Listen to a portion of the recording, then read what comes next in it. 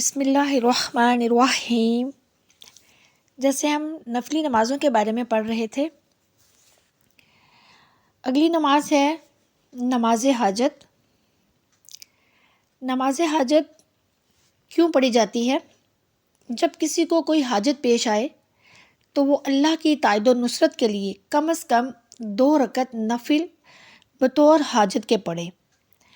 ان کو پڑھنے کا طریقہ، ان دونوں رکعتوں میں سورہ فاتحہ کے بعد 11 مرتبہ سورۃ اخلاص پڑھنا باعث برکت ہے۔ ہاں، اس کی 4 رکعتیں بھی ادا کی جا سکتی ہیں، وہ بھی اسی طرح ادا کریں گے۔ یہ جو نماز ہے مکروہ اوقات کے علاوہ کسی بھی وقت ادا کی جا سکتی ہے۔ اس نماز کی برکت سے اللہ تعالیٰ جو ہے وہ حاجتیں پوری کرتا ہے۔ نبی کریم صلی اللہ علیہ وآلہ وسلم کے معمولات مبارکہ میں سے اس کے 2 طریقے ہیں۔ ترمذی، ابن ماجہ، حاکم بازار اور طبرانی نے حضرت عبداللہ بن اوفی سے روایت کیا ہے کہ حضور نبی اکرم صلی اللہ علیہ وآلہ وسلم نے فرمایا، جس شخص کو اللہ تعالیٰ یا کسی انسان کی طرف کوئی حاجت ہو تو اسے چاہیے کہ اچھی طرح وضو کر کے 2 رکعت نفل پڑھے اور پھر اللہ تعالیٰ کی حمد و ثنا اور بارگاہ رسالت میں تحفہ درود پیش کر کے یہ دعا مانگے۔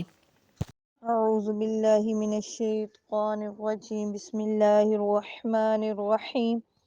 لا الہ الا اللہ الحلیم الکریم، سبحان اللہ رب العرش العظیم، الحمد للہ رب العالمین، اسألک موجبات رحمتک وعزائم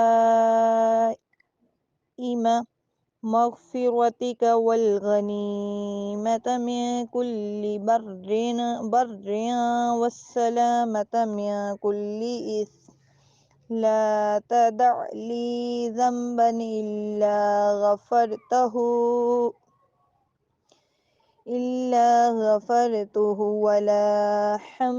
ولا هما إلا فرجته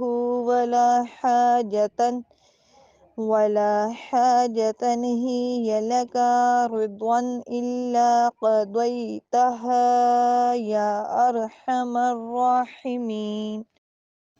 یہ دعائے حاجت آپ نے سماعت فرمائی۔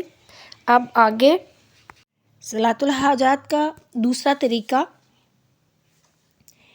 ترمذی، ابن ماجہ، احمد بن حنبل، حاکم، ابن خزیمہ، بہقی اور طبرانی نے روایت کیا، حضرت عثمان بن حنیف رضی اللہ تعالیٰ عنہ سے بیان کیا کہ حضور نبی اکرم صلی اللہ علیہ وآلہ وسلم نے ایک نابینا صحابی کو اس کی حاجت براری کے لیے 2 رکعت نماز کے بعد درج ذیل الفاظ کے ساتھ دعا کرنے کی تلقین فرمائی، جس کی برکت سے اللہ تعالیٰ نے اس کی بینائی لوٹا دی۔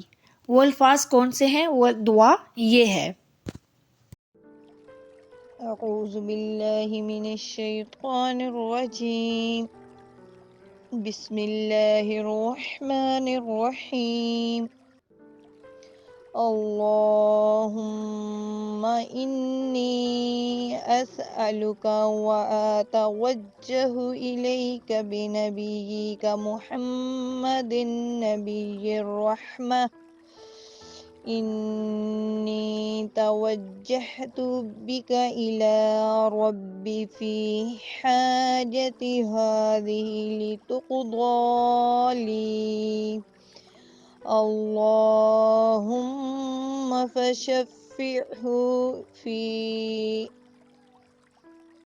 صلاۃ الحاجات کے یہ 2 طریقے میں نے آپ کے ساتھ شیئر کیے جو کہ احادیث سے ثابت ہیں۔ جب بھی کوئی حاجت پیش آئے تو آپ ان میں سے کوئی بھی ایک طریقے سے 2 نفل ادا کریں اور یہ دونوں میں سے کوئی بھی دعا پڑھ کر اللہ تعالیٰ سے اپنی حاجت برانے کی دعا کیجیے۔ اللہ تعالیٰ ہم سب کا حامی و ناصر ہو، ہماری حاجات کو پورا فرمائے اور جو ہمارے لیے بہتر ہے وہ ہمیں عطا فرمائے، اور جو ہمارے لیے بہتر نہیں ہے ہمارے دل سے اس کی طلب کو مٹا دے۔ آمین ثم آمین۔